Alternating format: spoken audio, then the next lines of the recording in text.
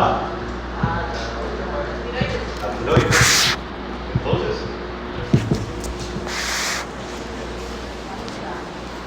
las tirotropinas, que los dicen a la tiroides, buscan atender eso.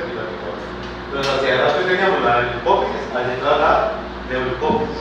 ¿Qué hacía la neurohipófisis? ¿Vamos a hacer aquí? ¿Cuáles? ¿Usted no habla duro? Todo lo que hablamos es de la adenohipófisis. Son funciones separadas. La adenohipófisis, las 6 que dijimos, y la neurohipófisis, la función antidiurética, y para la otra.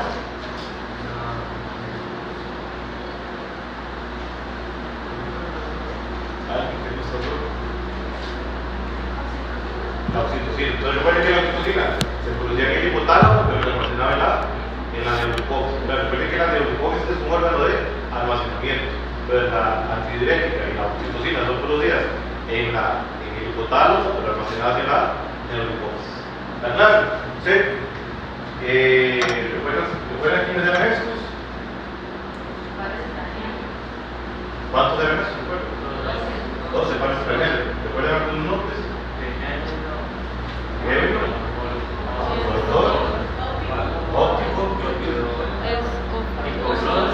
acusorio, trabajo, muy importante, alucenes, rotatorio, ingenio ligero, facial, glosofaríngeo, hipogloso,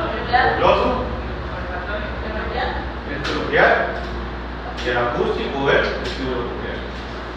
Y se recuerda cómo se describían los nervios, ¿verdad? O sea, se recuerda que era una neurona, que era una fibra nerviosa y que era un nervio. ¿Se recuerdan la diferencia?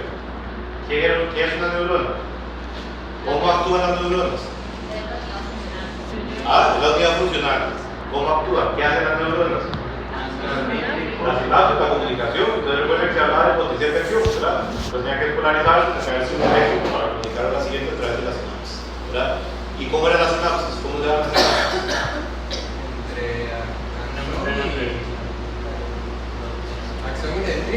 Supongamos que está la neurona, ¿verdad? Que están las dendritas, aquí viene el axón, que seguiría otra neurona con sus dendritas y el axón, ¿verdad? Pues el punto de comunicación era la sinapsis. Ahora, esta le manda un mensaje a esta. ¿Cómo le pasaba el mensaje? Los neurotransmisores de una o. Entonces, digamos, aquí adentro, recuerden que se despolarizaba, ¿verdad? Entonces comenzaba a salir, a entrar potasio, a entrar sodio y salir un montón de potasio. Entonces, eso generaba el estímulo eléctrico que viajaba por fuera del axón, ¿verdad? Que ustedes recuerdan, había algo que se llamaba la vaina de mielina, ¿recuerdan? Entonces, el estímulo eléctrico va brincando por los huecos entre la vaina de mielina, ¿verdad? Llega aquí al final. Pues este mensaje eléctrico es transmitido a la célula siguiente, que puede ser otra neurona, puede ser una célula muscular o una glándula, cualquier célula. Pero claro, ¿cómo se da esa comunicación? Ya les digo una. Pues la sinapsis química que utiliza neurotransmisores. ¿Recuerdan algunos neurotransmisores? Acetilcolina. La serotonina. La serotonina puede ser otro. Adrenalina. Alguien dijo GABA, penicilina. La GABA, ¿verdad? Glicina. Dopamina. Entonces son formas de comunicarse, ¿verdad? O la otra es a través de una sinapsis eléctrica. Básicamente ese estímulo eléctrico pasa y estimula eléctricamente a la siguiente. Entonces hay dos tipos de sinapsis, eléctrica o química. ¿Quedó claro? Ahora, por ejemplo, yo soy de toxicología, ¿no? Muchos de las sustancias tóxicas, por ejemplo, que afectan el sistema nervioso central, es atacando, por ejemplo, la acetilcolina. ¿Alguien recuerda qué hacía la acetilcolina?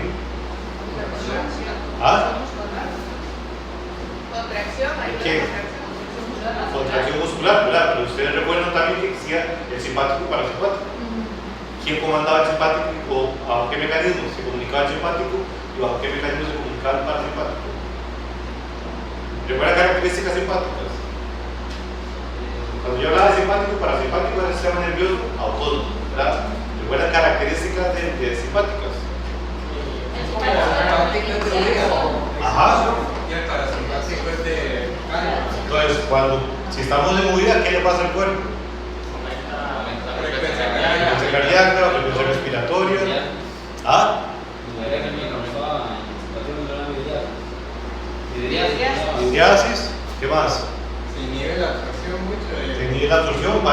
¿verdad? Porque no me interesa comer, no, lo que me interesa es matar o salir corriendo, ¿verdad? Entonces, cosas simpáticas, cosas parasimpáticas. ¿Cuál era el neurotransmisor del simpático? Adrenalina. Ahora, características del parasimpático, que sería el bien del resultado, lo opuesto. Entonces, si esto aumenta la frecuencia cardíaca, este disminuye. Si esto aumenta la frecuencia respiratoria, este disminuye. Si este para el estómago, este lo estimula, ¿verdad? Entonces, ¿cuál era la hormona, la neurotransmisor que trabajaba ahí?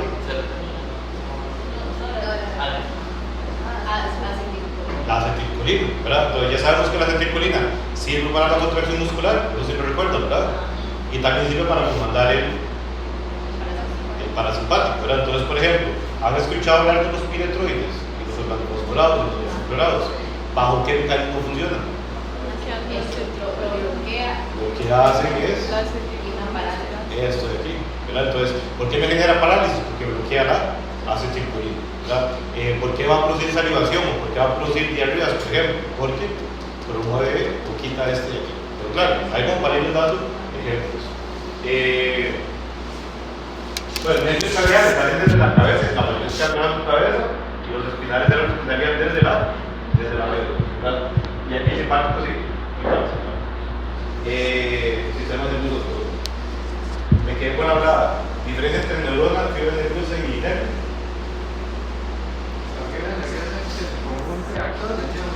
Ah, La fibra nerviosa es un conjunto de axones. la fibra nerviosa es un conjunto de axones, exactamente. El nervio, el conjunto de fibras nerviosas. El asunto es que las fibras nerviosas unidas solo tienen una función. Por ejemplo, una fibra nerviosa, me estoy pellizcando, estoy sintiendo dolor, pues eso es captado por una fibra nerviosa aferente, las que llevan al cerebro, el dolor, ¿verdad? Entonces, la fibra nerviosa solo tiene una función, o dolor, o sabor, o olor, o presión, lo que ustedes quieran. Pero varias fibras nerviosas se concentran en un nervio, ¿verdad? Entonces, ¿qué es un nervio? La agrupación de diferentes fibras nerviosas, ¿verdad? El nervio comanda o transporta diferentes funciones, porque está constituido por diferentes fibras nerviosas, pero cada fibra nerviosa tiene una función. Yo no puedo decir que una fibra nerviosa siente dolor y sabor, o siente presión y dolor como tal. Pero claro, son exclusivas específicamente de cada función, ¿verdad? Y recuerden que hay fibras nerviosas aferentes y fibras nerviosas eferentes. ¿Quiénes eran las aferentes? Le llevaban información al sistema nervioso central. ¿Quiénes son las eferentes? Las que van el comando entonces, esas son sensoriales y esas serían como las motoras. ¿Por qué? Porque la información que trae genera una respuesta alguna que a través del cuerpo. Pero claro, ¿sí? Las meninges. ¿Recordamos quiénes eran las meninges? Digo los ganglios. Ah, perdón, me brinqué aquí. Bueno, ya termino con eso. De arriba para abajo o de fuera para adentro. Tengo hueso, dura madre, aracnoide y pía madre completamente pegado, adherida al sistema nervioso central, tanto encéfalo como médula, ¿verdad? ¿Recuerdan los espacios entre ellas? ¿Ah? Como tres. ¿Y espacio supraracnoideo?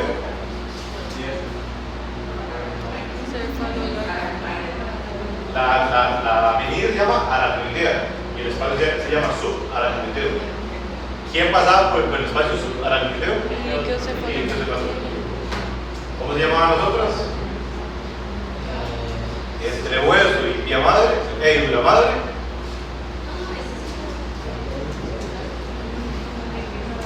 Recuerdan, epidural. Y entre dura madre y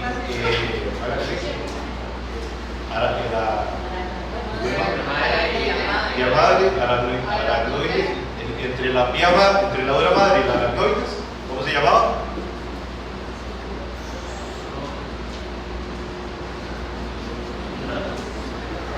Ustedes hicieron epidural en anestesia, ¿verdad? Recuerden entonces, tengo el espacio epidural, el subdural y el espacio subaracnoideo. ¿Dónde viajaba el líquido? Cefalorraquídeo. ¿Alguien recuerda dónde se producía, quién lo producía el líquido cefalorraquídeo? aquí. ¿Y para qué servía? Las células Cuarto ventrículo, ¿dónde más? en las células ependimales. Las células ependimales que se encontraban ¿a dónde? En el cox algo. Ah. Empieza con C. Empieza con Lleva C. una X. Bueno, me acuerdo. No, con X. Coal. Es que lo estás confundiendo con la primera palabra. Primero, ¿cómo se llaman las células? Células ependimales. Y las encontramos en los ventrículos laterales, tercer ventrículo y cuarto ventrículo, ¿verdad? Entonces están los plexos coroides. Ya. Ahí está la X, ¿no? Los plexos coroides. Entonces, ¿qué eran los plexos coroides? Unas redecillas de vasos sanguíneos que estaban abrazadas por las células ependimales y de ahí le sacan a la sangre, le sacaban el líquido, se fabrica líquido, cefalorraquídeo, ¿verdad? Entonces ahí venía la circulación. ¿Recuerdan cuál era la circulación de líquido cefalorraquídeo? Pasaba por todos los ventrículos, acueducto simple, cuarto ventrículo y luego el espacio sur a la arteria. ¿Alguien recuerda las funciones del líquido cefalorraquídeo? Activo para golpes, nutre y defensa. Entonces ayuda a amortiguar y evitar que ayuden el cuerpo patógenos entre el sistema nervioso central, ¿verdad? Y uno muy importante que creo que lo saben de la diapositiva.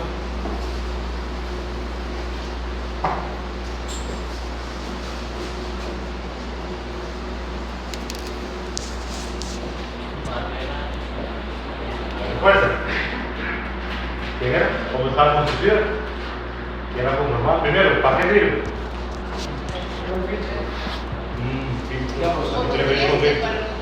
¿Ah? Es una barrera.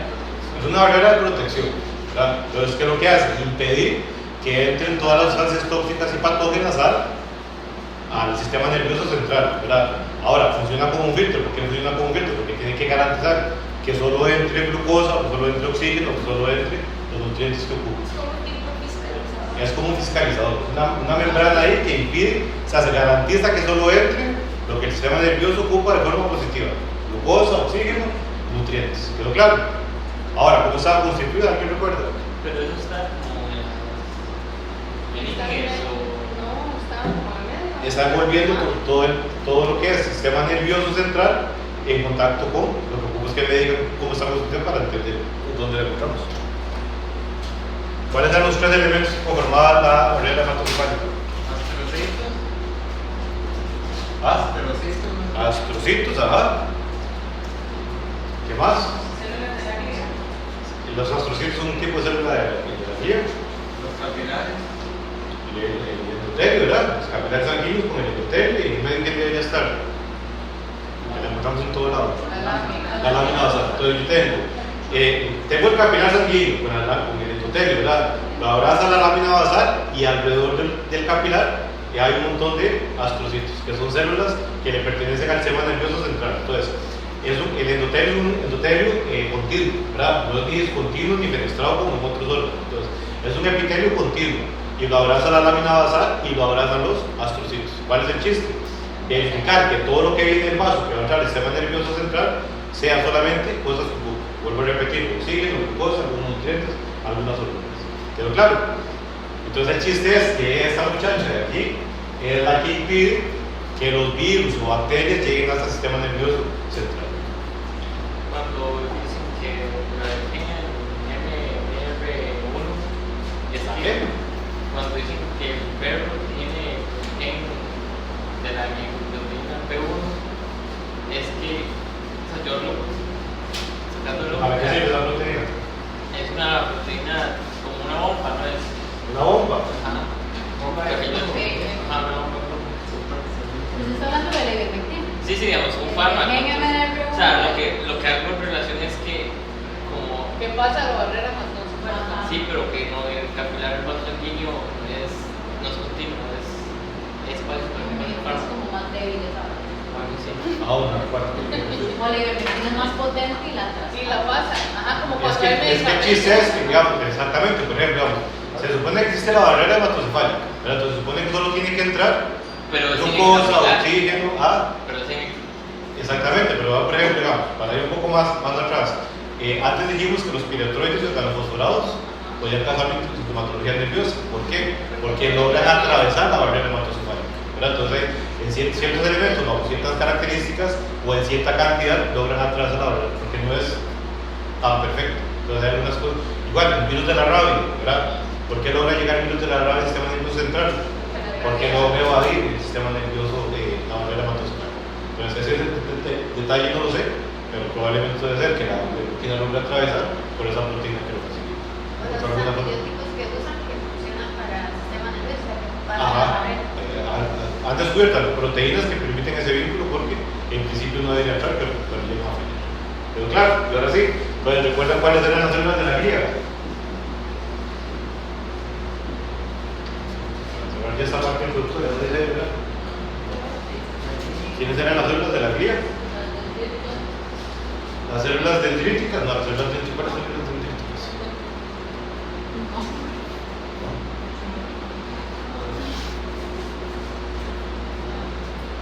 Recuerden que el sistema nervioso tiene dos tipos de células, ¿verdad? Las neuronas, sí, pues no quería mostrárselas para usar el cerebro. Recuerden que el sistema nervioso tiene dos grupos de células, las neuronas, que son las que se encargan de hacer todos los comandos, ¿verdad? Y las células de apoyo, que son las células de la glía, las que mantienen, cuidan, protegen, limpian, etcétera, etcétera, ¿verdad? Entonces, por así, ¿cuáles son esas células de la glía? ¿Cuáles recuerdan? Sin copiar, por nada más un recurso mental. Los astrocitos es uno. ¿Y cuál era la función de los astrocitos? La fiscalización es de los nutrientes que pasa del capilar. ¿Qué más? Creo que también leí yo que llega a sustituir neuronas No. o producir. Es que es un poco complejo. Siempre se ha dicho que recuerden que las neuronas son células sin capacidad mitótica, ¿verdad? Entonces supone que nacemos con la cantidad de células que tenemos, neuronas que las que tenemos, y se tienen que permanecer vivas durante el resto de la vida. Son células, recuerdan que hemos hablado de células permanentes, estables y lábiles, ¿recuerdan? Entonces, ¿qué es la célula lábil? Un ejemplo. ¿Qué es las células lábiles? Exactamente, que se mueren muy rápido, se desprenden, entonces siempre están. Ejemplo, las células de la piel, ¿verdad? Todos los días perdemos miles de millones de células, son células lábiles, ¿verdad? Luego hay las células estables, ejemplos de células estables. Los hepatocitos, por ejemplo, o células del riñón, ¿verdad? Que son células que tienen capacidad mitótica, pero no tanta como los enterocitos o como las células de la epidermis, ¿verdad? Y luego venían las células permanentes, que son células sin capacidad mitótica. Las que tenemos y se murieron.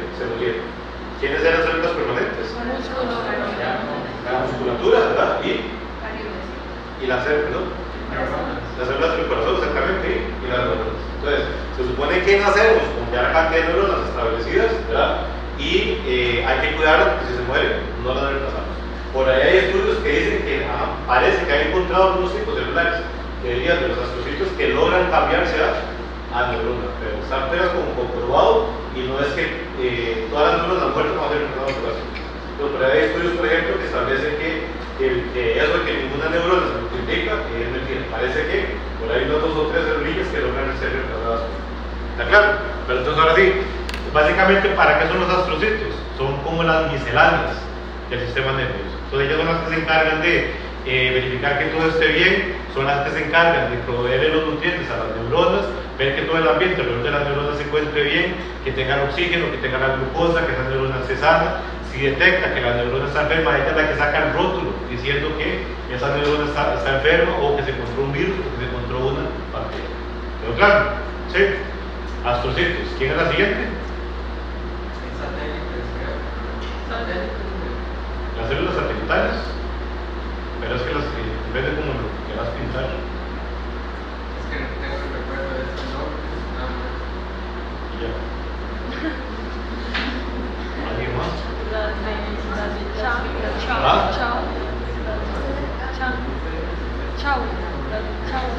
Recuerda que habíamos hablado que esta es la neurona, ¿verdad? Viene el axón, entonces el axón viene revestido por la vaina de mielina. ¿Cuál era el objetivo de existir vaina de mielina?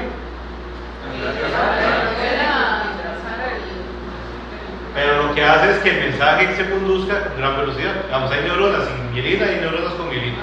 Entonces, por ejemplo, digamos, una neurona con mielina y ese mensaje debe llegar milésimas de segundo, ¿verdad? Una neurona que no tenga mielina, ese mensaje debe llegar 2 o 3 segundos, ¿verdad? ¿verdad? Hasta que el mensaje llega un poquito más lento, ¿verdad? Entonces, ahora sí, ¿cuáles eran las células que producían la vaina de mielina? En sistema nervioso central le llamamos Que no lo digo bien. Chao.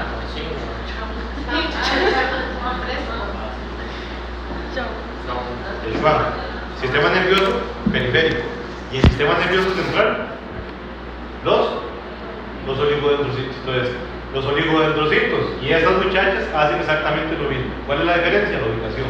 Estas fabrican el sistema nervioso periférico, los oligodendrocitos fabrican la mielina dentro del sistema nervioso central. Y en ambos casos el chiste es acelerar la conducción del mensaje eléctrico. ¿Quedó claro? Llevamos 2, 3. ¿Qué falta ahí? Las primarias que ya hablamos antes, ¿verdad? Y falta un último tipo celular, que no recuerdo cuáles son las satélites. ¿O será que alguna vez no tenemos satelital y no recuerdo? Si lo hemos visto así como satelital. Creo que La última que falta.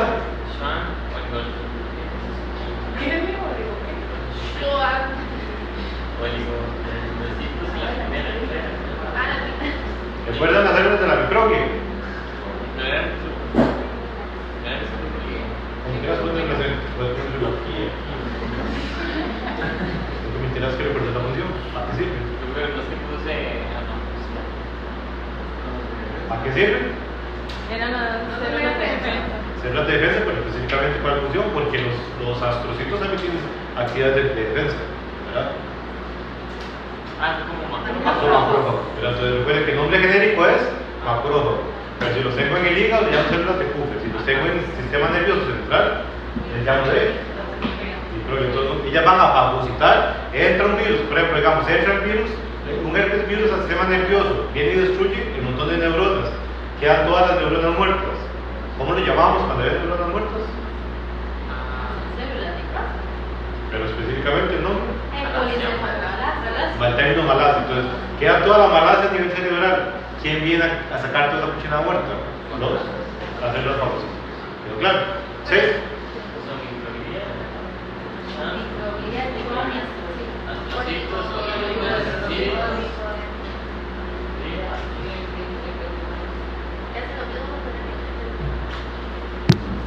Entonces, vean aquí. Vean todas las funciones que tienen los astrocitos.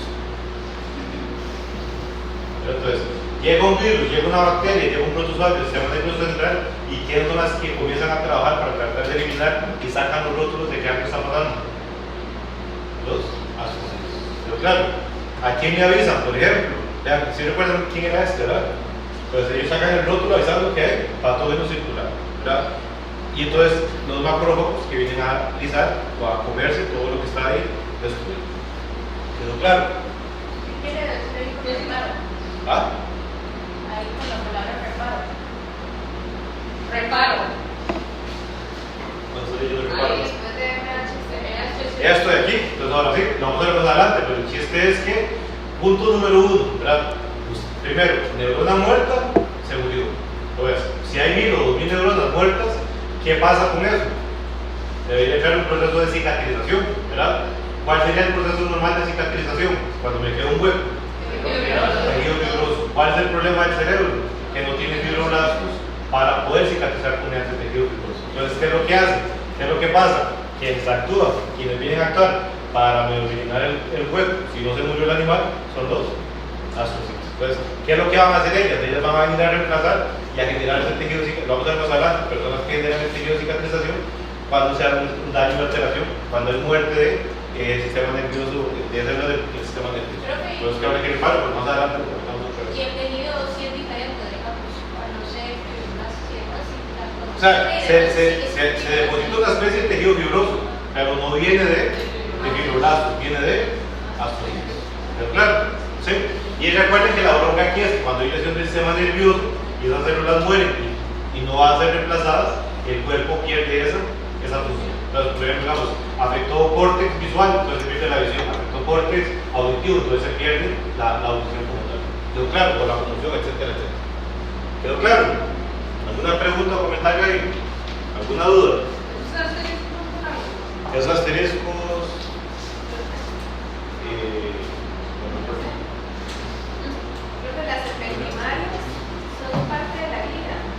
células ependimales las células ependimales son células del sistema nervioso, ¿verdad?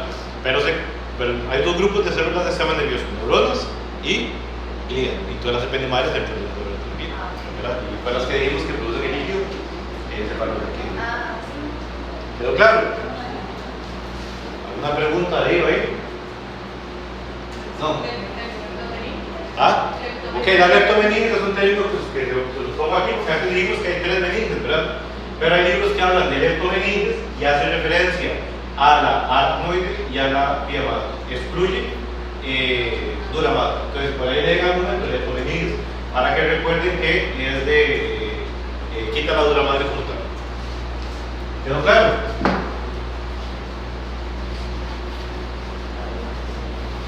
Y por último, que creo que no está ahí, no está bien, ok, entonces ahora sí, creo que fue Sofía la que mencionó sustancia blanca y sustancia gris, ¿recuerda? ¿Cuál era la diferencia? La sustancia blanca eran los axones. Exactamente, ¿y la sustancia gris? La parte de la neurona. El cuerpo de la neurona, entonces se ve grisáceo porque en esa región es donde hay agrupación de mayor cantidad de cuerpos de neuronas. Entonces yo tengo la sustancia gris, sustancia blanca. Si fuera cerebro, ¿dónde se encuentra la sustancia gris? En la periferia, en el corte, ¿verdad? Y en el centro. Y en el centro se ve blancuzco porque es lo que corresponde a la sustancia blanca como tal. Si fuera médula ósea, digamos que la médula es así, entonces ustedes recuerdan que se ve algo como así. Ahí es como el dibujo, ¿verdad? Entonces se supone que todo eso es sustancia gris y todo eso sería la sustancia blanca. Entonces, ¿qué quiere decir eso? Que los cuerpos de las neuronas están agrupados aquí y de ahí salen los axones. ¿No? Claro. Y entonces ahora sí, recuerdan esa palabra. ¿Recuerdan los ganglios nerviosos? Que es diferente de los ganglios linfáticos. Sí. ¿Cuál era el chiste de eso? Que unían lo que salía de la médula al nervio. Exactamente, entonces supongamos que, voy a hacer un dibujo supongamos que esa es una neurona, ¿verdad? Aquí tenemos el cuerpo y aquí viene el axón. Pero claro, entonces, aquí tengo cuerpos por esas sustancias grises, ¿verdad? Y entonces viene el axón, que es parte de la fibra nerviosa, que es parte del nervio, ¿verdad? Entonces, esos nervios, cuando salían de médula ósea, por ejemplo, se agrupaban en un ganglio nervioso. ¿Qué es el chiste del ganglio nervioso? Igual son cuerpos. Que es la misma historia. Entonces, aquí va a venir una neurona, ¿verdad? Con su axón. Entonces, viene el cuerpo de la neurona, que sale el axón, formando el nervio, la fibra muscular, y se comunica con el ganglio fuera del sistema nervioso. Entonces, aquí viene un mensaje, aquí se agrupan los cuerpos de las neuronas que están fuera del sistema nervioso central. O sea, dentro del sistema nervioso central, los cuerpos se agrupan en la sustancia gris y los axones se agrupan, dirías, los axones se agrupan en la sustancia blanca. ¿Quedó claro? Ahora, sistema nervioso periférico, ¿dónde encontramos los cuerpos de las neuronas? En los ganglios nerviosos. ¿Dónde encontramos los axones? En los nervios. Entonces, ¿qué es un nervio? Conjunto de fibras nerviosas. ¿Quedó claro? Pero ¿qué son las conjuntos de fibras nerviosas? El axón dentro de ese nervio, porque el cuerpo lo vamos a encontrar en los ganglios. ¿Quedó claro? Y eso aplica tanto para nervios craneales como para nervios espinales. Esa explicación es de un nervio espinal, pero si nos vamos, por ejemplo, al olfatorio, por ejemplo, pasa exactamente lo mismo, ¿verdad? Va a salir la terminación nerviosa en alguna parte, las neuronas del olor se concentran en cuerpos a través de ganglios y la fibra nerviosa o el nervio como tal. ¿Quedó claro? ¿Sí? Ahora sí. Y no sé si recuerdan esta palabra.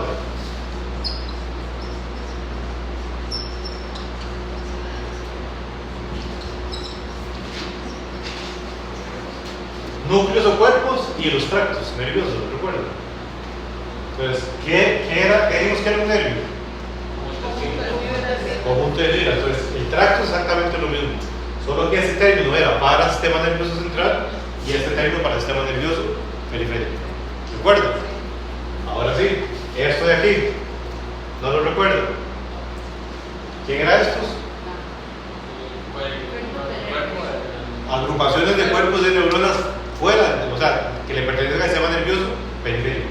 Es exactamente lo mismo, pero el sistema nervioso central. Entonces, a la sustancia gris le puedo decir. No, porque ¿dónde los encontramos? Donde hay sustancia blanca dentro de la sustancia. Por ejemplo, digamos aquí, Si ustedes recuerdan, el tronco cerebral es blanco, ¿verdad? Entonces, pero aquí hay agrupaciones de neuronas, ¿verdad? Entonces, dentro de la sustancia blanca, yo no lo veo gris porque son muy poquitas, pero por ejemplo, aquí ustedes van a encontrar pequeños focos de cuerpos de neuronas agrupados, y antes el subgrupo ponerle nombre a todos esos cuerpos de neuronas. Entonces, cuando hablamos de núcleos o cuerpos neuronales, es agrupaciones de cuerpos de neuronas dentro de la sustancia blanca. Pero claro, las otras están ubicadas en el córtex. ¿Quedó claro? No. O sea, o sea, el cuerpo de neuronas, pero. Bueno, vamos otra vez. Dijimos que tenemos la sustancia gris y la sustancia blanca. ¿Dónde se ubica la sustancia gris aquí?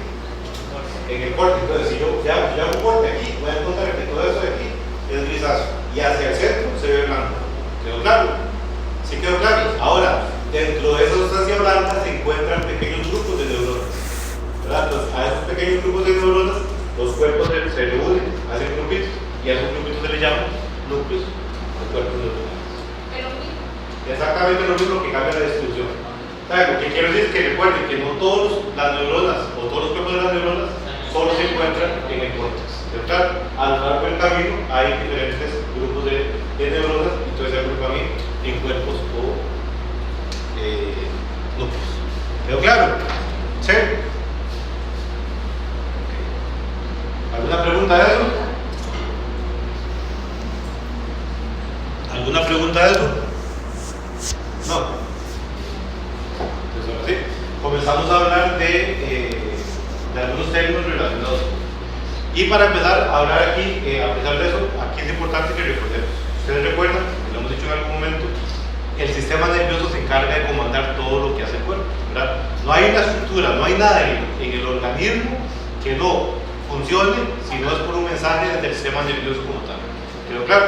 Entonces, cuando el sistema nervioso falla, ¿qué va a pasar? Que nos podemos encontrar un montón de señales a nivel de diferentes sistemas. Por ejemplo, digamos, yo podría tener un animal con dificultad respiratoria, que el problema viene del sistema nervioso central. Yo podría tener un animal con dificultad cardíaca, que el problema viene del sistema nervioso central. Yo podría tener un animal, por ejemplo, con incontinencia urinaria o digestivo, que el problema viene del sistema nervioso central. ¿Por qué? Porque vuelvo a repetir, todo lo que pasa en el cuerpo es comandado por el sistema nervioso, sea voluntario o involuntario, sea autónomo o no autónomo. ¿Quedó claro? Entonces, depende por lo que yo me encuentre, yo podría decir, mira, eso corresponde a un animal con problemas digestivos, que es producto de. Ejemplo, ¿ustedes recuerdan dónde se encuentra el centro del vómito? En el tronco cerebral. Entonces yo puedo tener un animal vomitando, y resulta que no es porque tiene algo en la panza, sino porque puede tener un tumor cerca del tronco cerebral. ¿Quedó claro? Entonces, el chiste es que todo lo que pasa en el cuerpo nace desde un comando que viene desde el sistema nervioso central. Entonces, cualquier alteración del sistema nervioso me va a manifestar un montón de caracteres. Entonces, yo podría tener un animal con dificultad para caminar, entonces yo puedo decir, mira, o será que le está fallando el músculo, o le está fallando el hueso, o le está fallando la señal que viene del sistema nervioso, o le está fallando la sinapsis neuromuscular. ¿Quedó claro? Si le está fallando la visión, puede ser un problema de ojo como tal, o del sistema nervioso central. Si le cuesta oír, es un problema de audición o del sistema nervioso central. ¿Quedó claro? Pues es un poco amplio cuando hablamos de sintomatología nerviosa, ¿verdad? Y por ejemplo, en rumiantes, no sé si han escuchado la frase que dice que oídos, por ejemplo, en clínica con sintomatología nerviosa, es de declaración obligatoria, ¿verdad? Ejemplo, si vieron el animal de hoy en la mañana, podríamos pensar en sintomatología nerviosa. Bueno, ya lo encontraron muerto, pero el chiste era que no caminaba, ¿verdad? Podríamos haber pensado en sintomatología nerviosa, porque si no caminaba, podría venir de muchas fuentes, o que estaba fallando el sistema nervioso central, o el periférico, o los músculos, o los huesos. En este caso, ¿qué era lo que estaba fallando? ¿Alguien recuerda lo que encontramos ahí? ¿Seguro que encontramos? La articulación. Pero ahora, ¿qué hace que ya un animal, después de cierto tiempo, el animal renco de pie, termine el renco prostrado al punto que no siquiera puede levantar la cabeza? ¿Qué creen ustedes? ¿Que puede llegar a tanto? Era lo que usted había dicho antes, de que de tanto estar en una sola postura, como que había la isquemia. Sí, isquemia de quién.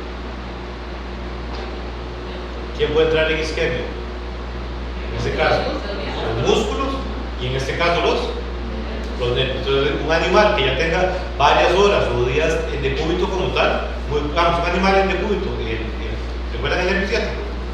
O el plexo braquial, muy probablemente ya eso no funciona. Entonces, hay una denervación, ¿verdad? Y a eso súmele la necrosis muscular. Entonces, ese bicho, ¿por qué ya no puede caminar? Porque ya hay una isquemia, tanto muscular cuanto nerviosa, ¿verdad? Entonces, uno dice, mira, ¿será que es sintomatología nerviosa? No, es una infección en articulaciones que terminó generando un decúbito y Uno puede tener con isquemia en la médula que pueda llegar a afectar toda la parte en la médula, espinal.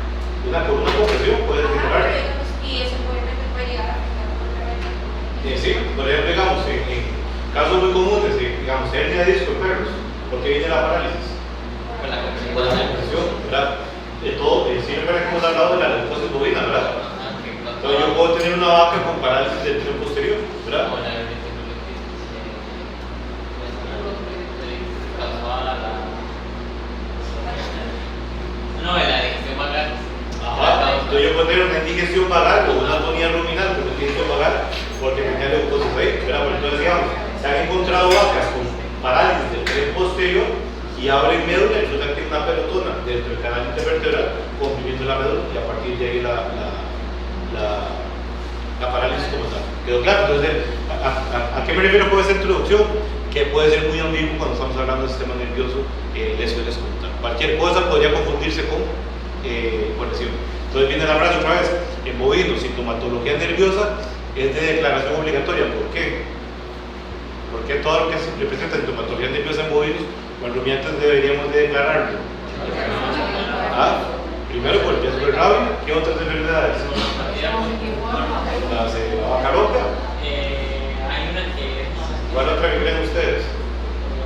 Histeria, ¿no? Histeria. ¿Cuál otra? ¿Ah? No, hay un parásito, ¿no? Que ¿Ah? Es que estoy hablando de animales en general. No, en vacas. La chiste es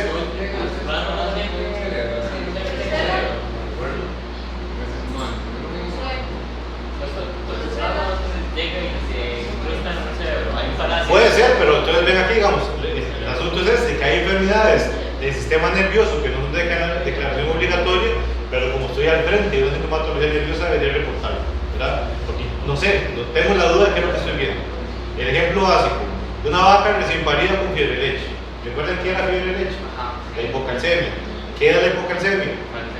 Falta de calcio circulando. Consecuentemente, si no hay calcio circulando, no hay contracción muscular. Entonces me encuentro un animal con parálisis en el potrero. Y ustedes llegan y dicen, mira, está con parálisis. ¿En quién puedo pensar con un animal con parálisis? Rabia, ¿verdad? Tétano. ¿Qué más? Entonces, en la situación.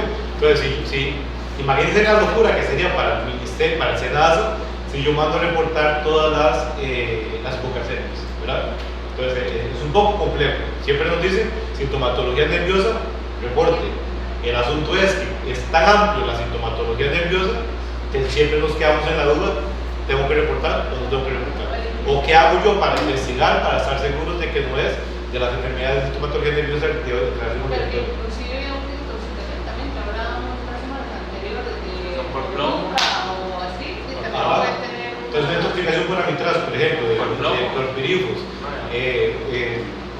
todas esas que no son ni infecciosas ni de declaración obligatoria, el chiste es lo que les toca a ustedes investigar cuando lleguen a ver el animal con parálisis tirado del portero para tratar de llegar a un diagnóstico más o menos claro. Recuerden que un animal con acidosis puede estar tirado del portero, ¿verdad? Una vaca con cetosis puede estar con sintomatología nerviosa, con la hipocalcemia, por ejemplo, ¿verdad? Entonces ustedes recuerdan de la que hemos hablado en algún momento de la escobilla morada. Es una mata. Estimulaba Fue lo que antes nos dijo de la muerte de los montones. Entonces, ¿qué es lo que causa la escobilla morada? Una destrucción de las fibras nerviosas del nervio ciático. Entonces, el nervio ciático se daña. ¿Cuál creen ustedes que es la sintomatología? ¿Qué tipo de sintomatología va a presentar? Caída del tren posterior, que coincide mucho con cuál enfermedad súper triste o de control de reporte obligatorio.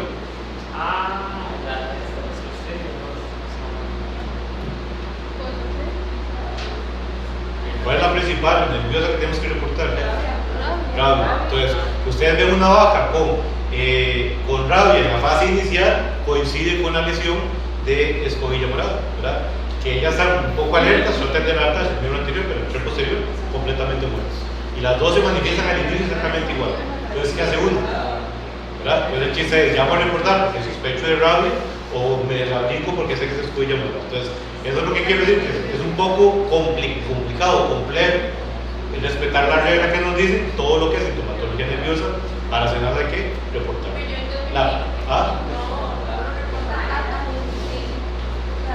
Por eso, si fuéramos aquí en la letra, todo lo que es sintomatología nerviosa, tengo que reportar, el Senado lo volvería a un montón de cosas, ¿verdad? Por ejemplo, salivación, un animal babeando, podría ser sintomatología nerviosa, o podría ser una lesión de entonces son un poco amplios cuando hacemos referencia a eso. Era necrosis del nervio ciático. Necrosis del nervio ciático. Las fibras nerviosas son necrosis. Quedó claro. Entonces aquí lo que les traigo son algunas definiciones de características desde la locomoción que representan o podrían representar lesiones del sistema nervioso. Entonces no sé si las conocen, las han escuchado. Hipometría y Estamos hablando de cómo caminan, cómo corren, cómo se desplazan, ¿verdad? Entonces tenemos ataxia o dismetría. Si ustedes me preguntan, la descripción es como muy parecida. El chiste es que hay una alteración de la marcha. Pero claro, pues ahora, ¿qué tanto es alterado o qué tanto es descoordinado? Podemos hablar de una dismetría, una hipermetría, una hipometría. Pero claro, ¿cuál es la diferencia? Por ejemplo, el paso más amplio de lo normal, con la hipometría, el paso muchísimo más corto, ¿verdad? Entonces, esto hace referencia a una alteración de la marcha, ¿verdad? Ataxia o dismetría. Ahora, ya dentro de la clasificación, si el paso es muy amplio o el paso es muy corto. Pero claro, eso no sé si los conocen. ¿Qué entendemos por parálisis? El todo no se puede mover. ¿Ha escuchado el término de plegia? Estos son sinónimos. Entonces yo puedo hablar de parálisis o puedo hablar de plegia. ¿Quedó claro? ¿Y ese de ahí lo han escuchado?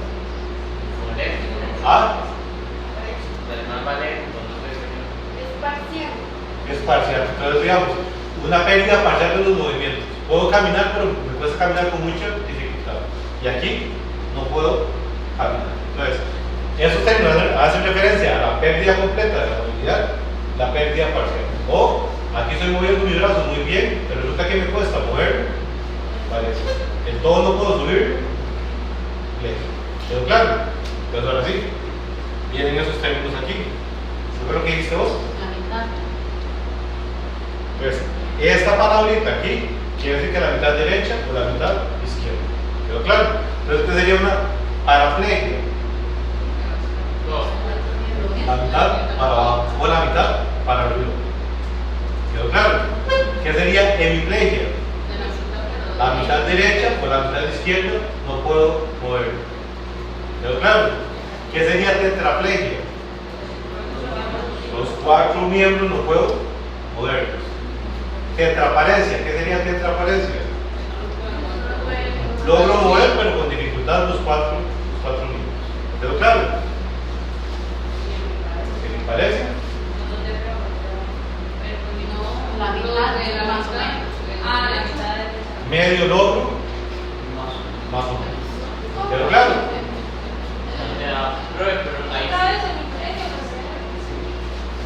¿Cuál es la diferencia entre estos dos? ¿Cuál es la igualdad? Perdón, ¿cuál es la igualdad? La mitad derecha y la mitad izquierda hecha mierda. ¿Cuál es la diferencia? Completamente parado, medio, parado. ¿Quedó claro? Aquí. ¿Cuál es la diferencia? ¿Cuál es la igualdad? No, perdón, aquí. ¿Qué tengo aquí? La mitad de arriba o la mitad de abajo muerta. Pero en esa se puede decir que dañar o causar. Tienes que avisar, mi tren posterior o tren anterior, ¿verdad? Este de aquí, ¿qué tengo muerto? Los cuartos. ¿Qué está pasando aquí? Los cuartos más o menos, ¿verdad? Y aquí, mitad derecha, mitad izquierda, más o menos. ¿Quedó claro? ¿Sí? ¿Y estos dos?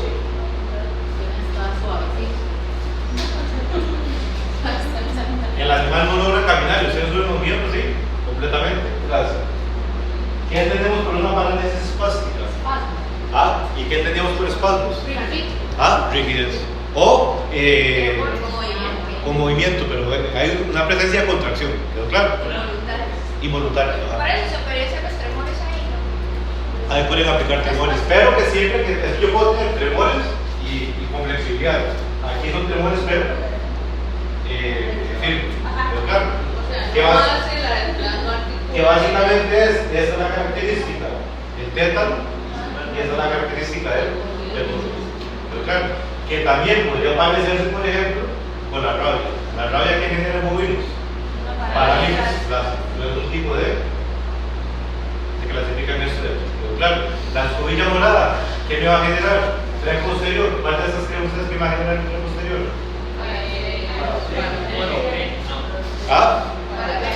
Parapléjico. El tren posterior, entonces, por ejemplo, digamos, animales con rabia inicial o escobilla morada, al inicio tratan de caminar, entonces ellos tratan de levantarse y medio caminan y se vuelven a caer. Entonces eso sería uno. Pero claro, ya cuando va avanzado, ¿a qué caemos? La parálisis flácida. ¿Quién? Del tren posterior, ¿verdad? Ahora, si fuera rabia, ¿cuál sería la función de la rabia? Esa parálisis sigue avanzando todos los 4 días. Pero claro, la diferencia con las escobilla morada es que siempre la escobilla morada se va a quedar tren posterior. ¿Perdón? Le llaman que a lo de la parálisis, la rabia, pero entonces una parálisis clásica. Es una parálisis clásica. Se le dice la rabia paralítica, ¿verdad? Se genera por una parálisis clásica. No es una parálisis como la de tétano, ¿verdad? Es completamente clásica, ¿verdad? Y hace que sumarle dilatación de pupilas, salivación. Y el daño de la escobilla morada ya no hay para reparar. Y uno de los problemas que tiene la escobilla morada es que, por ejemplo, como los animales generalmente, es una planta que crece en verano, ¿verdad? Y la comen en zonas secas, como vamos, Atenas, Guanacaste. Ellas la comen, los animales lo comen en verano porque es lo único que crece en verano, ¿verdad? Y la sintomatología te puede dar 6 o 8 meses después. Entonces, digamos, han habido casos de que la vaca pasó en verano en Guanacaste, por ejemplo, se la llevaron para Heredia y presentó parálisis en Heredia en invierno. Entonces uno dice, Que inclusive uno no la ve en el potrero. no la conoces, ¿verdad? Entonces, estaban en verano, están en invierno, caída en invierno, por ejemplo, ¿verdad? Entonces uno dice, delante de que me estoy encontrando, pudo haber sido una escobilla morada de hace 6 o 8 meses atrás y ya ni siquiera está en clínica, o ya pasó la época, ya en la parte compleja del sistema nervioso. Que ustedes van a hacer exámenes, hacen necropsia, por ejemplo, toman muestras de sangre y no dan absolutamente nada, ¿verdad? Entonces, y yo no voy a descubrir, por ejemplo, que sea escobilla morada si no tomé el segmento de ciático y lo mandé a su patología para que vean la lesiones. Y entre más come la vaca, más grave es el problema. O si se comió una ramita ya. Por ahí, es que eso no está muy claro, me falta mucha investigación. Hay gente que dice que depende de la susceptibilidad del animal y de la mata y del tipo de suelo. Entonces hay regiones que poquita mata tiene mucha toxina, mucha mata tiene poca toxina. Entonces por eso es un poco complicado el diagnóstico y le falta un montón de estudios a la escuela. ¿Cómo era eso? ¿El diagnóstico? ¿Cómo salía? El ciático. Digo, pero es que el asunto es este. O sea, si vos ves una vaca con dificultades de locomoción del tren posterior y hay sospecha de rabia, me forro hasta el dedo gordo para poder ir a tomar la muestra, ¿verdad? O tomo, digamos, sabiendo que ¿qué mandamos para la rabia? ¿Cuáles tejidos mandamos para la rabia? ¿Qué más? Ictus cerebroraquídeo, mando cerebro, debería mandar médula espinal, ¿verdad? El OX era para. Caloca. Pero recuerden que habíamos hablado de un segmento que era importante para el rabia. La vía admirables que iba acompañado de él. ¿Recuerdan aquel segmento? Hipófisis, que llevaba, que eran los 4 elementos que estaban ahí. ¿Recuerdan? Yo tenía la hipófisis, venía tapada con las vías admirables, con la silla turca, perdón, llamaban la silla turca y alrededor las vías admirables. Pero cuando se hace el corte, no se lo recuerdan, lo vemos en la próxima clase. Cuando yo saco este segmento aquí, por aquí vienen pedazos de nervio trigémino. Entonces, cuando yo hago este corte, aquí así, saco los 2 segmentos de nervio trigémino. Voy a sacar el diafragma de la silla turca, voy a sacar la hipófisis y la red admirables. Entonces, esos segmentos de nervio trigémino me sirven para identificar lesiones de rabia, corpúsculos de Negri, creo que se llama, me parece, que identifica rabia. Quedó claro. Ya la hipófisis, ¿qué no puedo encontrar? Abscesos, ¿verdad? O tumores. Y de las grandes mirables, ¿quién la recuerda? ¿Para qué me servía? ¿Quiere catarro maligno?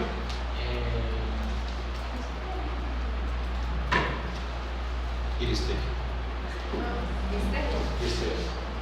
¿Quedó claro? Entonces el chiste es que, claro, lo que estamos hablando aquí es que son sintomatologías que podemos encontrarnos, que pueden ser un poco ambiguo, depende de lo que nos estemos ahí. Pero yo sospecho tengo una sintomatología nerviosa, mando esa parte y mando el nervio cervical. Y ahí ya puedo descartar. Eso es el chiste. Ahí El chiste puedo es, descartar ¿qué varios. mando? Estoy sospechando de rabia, entonces solo voy a mandar de rabia, pero digo, no, es que no, las vacas están vacunadas, en la región nunca han habido casos de rabia como tal, hace años que en Costa Rica no hay un brote de rabia, etcétera, etcétera, etcétera. Hay histórico, por ejemplo, hay histórico que venía de Guanacaste o es de una finca de Guanacaste, por ejemplo, o de Atenas, porque aquí también crece. Entonces, en la sospecha, mandemos un segmento de ciático para ver si se descubre. ¿Y si son varios también? No. O sea, varios alemanes. Bueno, pero por ejemplo, digamos, lo que les conté la mañana, en Cañas yo fui a un brote, eran 17, 18 novillas con dificultad de reposición. Y a todas tuvimos que sacar el cerebro, médula y neumocito. Claro, porque ellos, todo el mundo se inclinaba que era escobilla morada, ¿verdad? No recuerdo que era el resultado. No, pero entonces sí es escobilla morada, si quieren usar. O igual, sí, obvio, pero si hay tratamiento. No. Ya no. Tampoco.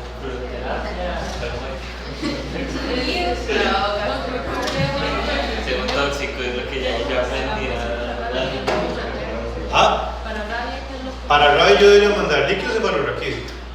Lo primero y más importante, recuerden que en sospecha de rabia es que tienen que borrarse hasta el dedo gordo, ¿verdad? Anteojos, guantes, todo, tienen que tapar todo, porque una gota que salpique, eso.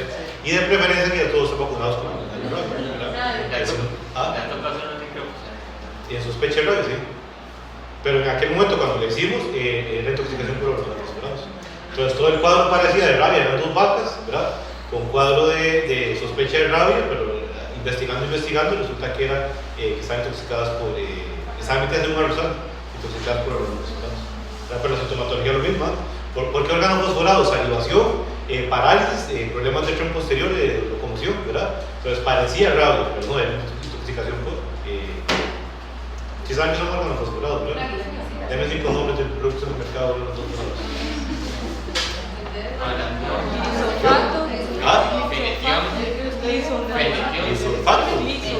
Lisofato, ajá. Paciente o Glifosato. ¿Este te refieres? El mensaje pasado de este. ¿Cómo se llama? ¿Para qué? ¿Para cuál? Para cuál nosotros Felición, algo así, hay uno. Está Mantión, Felición, yo puse para- bueno, se las tiro diferentes. Se los tiro diferentes. ¿Qué productos hay en el mercado para insecticidas en animales? ¿Atrás? Sí, amoníaco. Ah.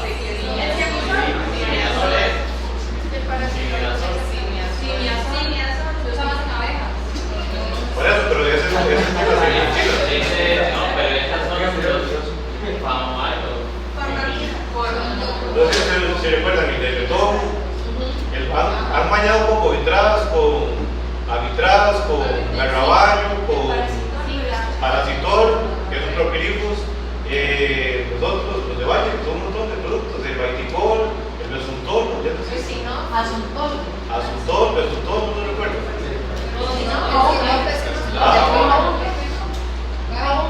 El besuntol, hay jabón de asuntol y besuntol para perros, para garrapatas. Todos son de las familias de los órganos fosforados y electrónicos. Entonces, la etametrina, el malatio, quinierbatas, el propilifos, todos son sustancias químicas que imitan, que son venenos y que vienen a jugar como el simpático parasimpático. Aquí estos, pero hay una pregunta aquí. Yo tengo esa, la otis. Lean el título. Perdón. Sí, ya vamos. recuerden, aquí se marcha, cómo camina o cómo corre, ¿verdad?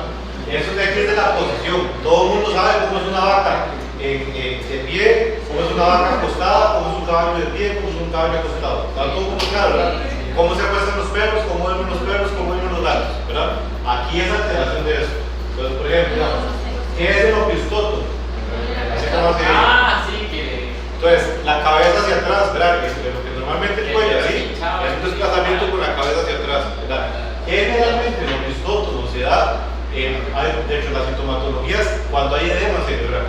Entonces, ¿qué es lo que pasa? El edema se hincha el cerebro, se hinchan las meninges, entonces lo que hace es empujar el cerebelo por el agujero magno, ¿verdad? Entonces, el animal agarra esa postura para tratar de aliviar, pero con edema cerebral.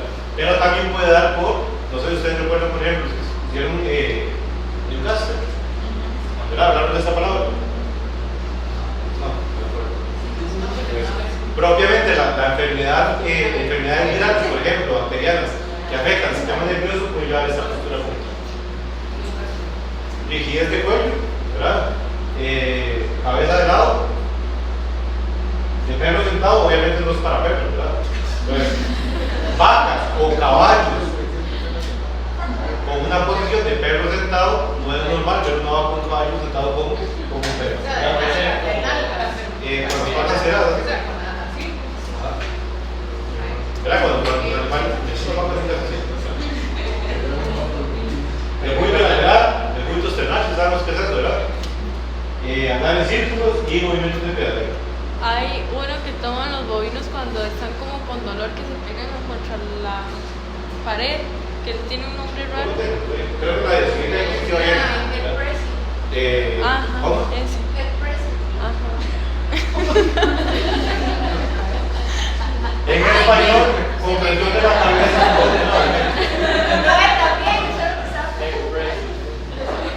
El chiste de eso es que este de aquí es importante tomarlo en cuenta porque generalmente los animales en la fase de agonía hacen movimientos de pedaleo. Entonces ustedes llegan al pochero o el perro, lo que sea, digamos, supongamos que el perro está en el patio, donde está el pasto alrededor, parece como un abanico, como un arco, donde él comienza a hacer movimientos de pedaleo de la agonía como tal. Entonces no siempre los movimientos de pedaleo se relacionan con sintomatología nerviosa, ¿verdad? Puede que sea sintomatología nerviosa, pero también puede que sea de la fase agónica, ya cuando están quedando con anorexia, dificultad respiratoria, entonces efectos son movimientos de pedaleo, pero que también es parte de sintomatología nerviosa.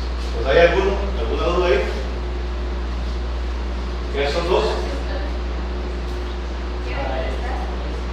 Parestasia o hiperestasia. ¿A qué le suena? Sentir. No siento nada. Siento mucho. Claro, pues eso es relación con nada. Por ejemplo, vaca loca, una de las sintomatologías de vaca loca es la hiperestasia. Al animal lo tocan con un lapicito y pega brincos como si lo estuviera matando. Hiperestasia.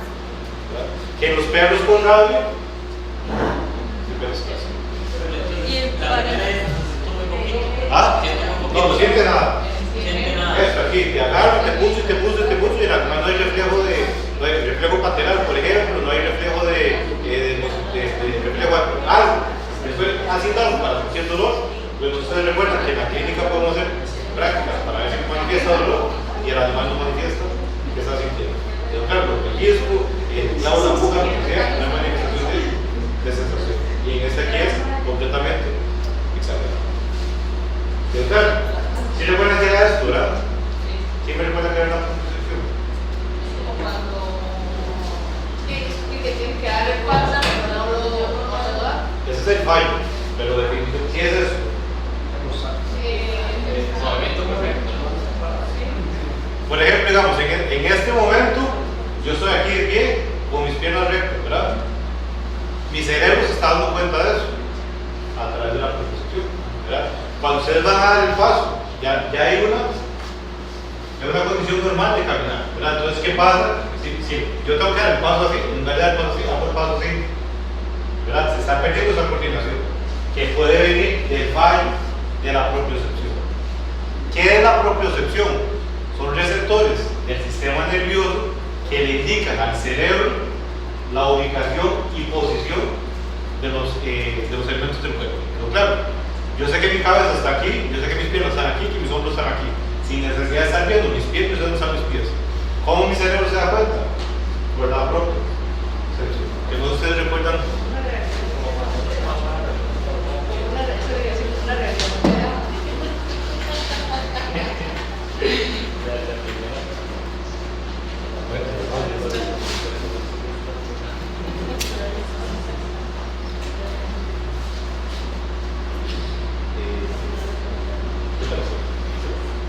Entonces, ¿qué tal? El reflejo lateral. ¿Qué era el reflejo lateral? Era aquel golpecito continuado. El reflejo de flexión. Después de que yo lo hago y tiene que volver a poner. Entonces, esta posición de. El cuerpo sabe que la posición normal de la pata es así. Si yo se lo pongo así, los neurotransmisores, los mecanoreceptores detectan que no es una posición normal y tienen que volver a lo normal. Entonces, si esto falla, ¿qué quiere decir? Que hay problemas de propiocepción, ¿verdad? ¿Cuál es el órgano con naturaleza sobre la propiocepción en el cuerpo, en el cerebro? ¿Quién recuerda?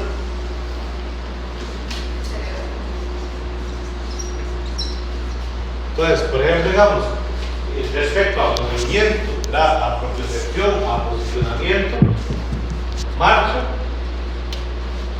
quien coordina junto con el córtex para que se dé todo bien es el cerebro. Entonces, si yo tengo un animal con problemas, por ejemplo, de flexión, dentro del diagnóstico tengo que pensar si puede ser que esté pasando algo con el cerebro. Puede ser que algo con la médula, puede ser algo con el nervio, pero no puedo excluir el cerebro, porque ayuda a la coordinación. El reflejo panicular, recuerden que gracias. Ajá, no llegué. No. ¿Cuáles músculos? No.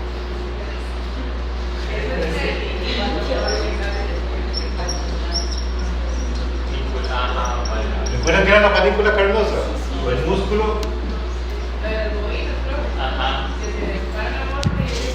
Entonces es un músculo, se llama músculo cutáneo o panícula carnosa, que es un músculo que se encuentra debajo de la epidermis, ¿verdad? Entonces lo tienen las vacas, lo tienen los caballos, cualquier animal que pueda mover la piel. Entonces es un músculo que al movimiento, a algo que le está molestando, hace un movimiento de la piel. Entonces, ¿qué esperaríamos aquí?